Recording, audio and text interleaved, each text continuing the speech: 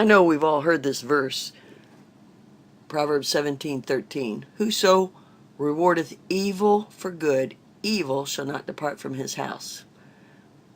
You know, when I thought about that, evil for good, that's when you're ungrateful. That's when you are mean to somebody that's good to you.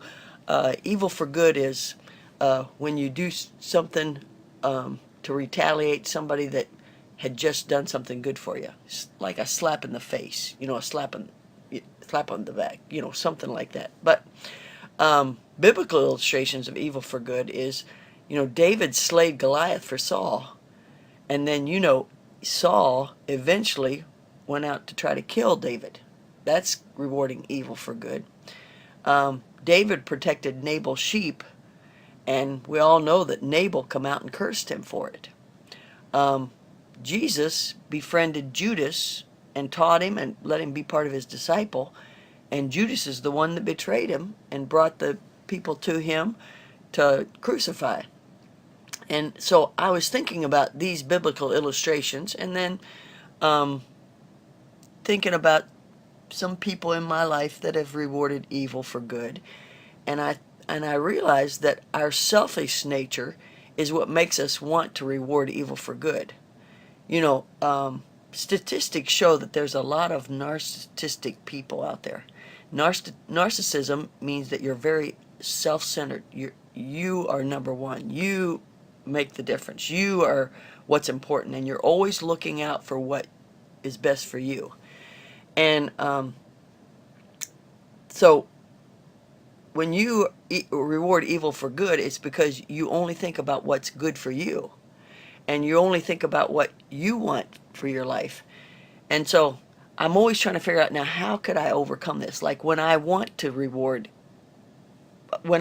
do evil for good, I think it's because I don't remember how good God has been to me. When I want to retaliate when I want to do something bad to somebody that has done good for me, when I immediately forget, see what happens is they immediately forget what good the person did for them, and then if the person messes up and said something bad, they just automatically do something bad to them. Like Saul, he had loved David, and David had done so many good things for him, but all he could think of is that David might be trying to take his kingdom, And I'm reminded of my daily relationships. Sometimes one of my children will say something, a little bit, could be hurtful if I let myself be sensitive about it. And immediately I want to say something back to him that's mean. But can I tell you this? They've been very good to me. My children are very good to me.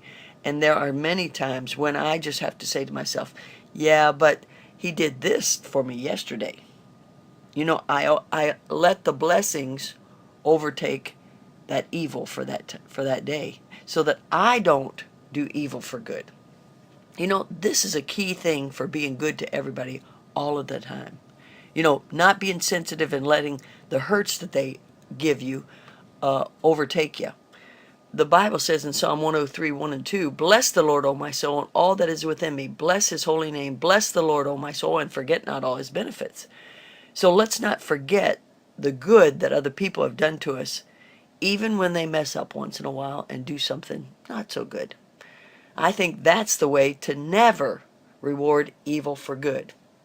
I hope this makes sense to you, and I hope that you will work on forgiving people right away and work on passing over their bad things so that you don't reward evil for good in all situations.